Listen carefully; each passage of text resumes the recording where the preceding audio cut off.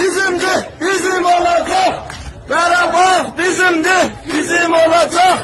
Burası Tehran, yaşasın Azərbaycan.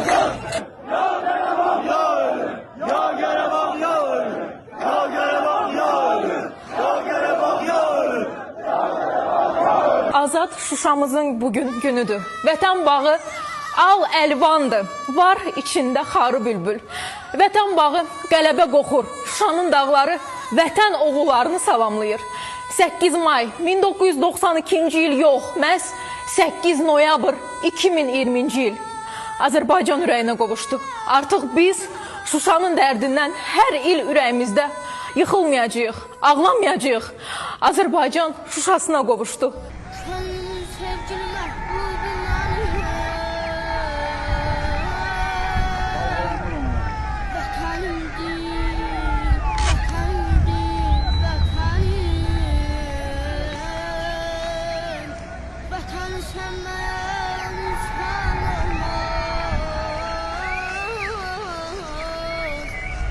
Yaşasın Azərbaycan!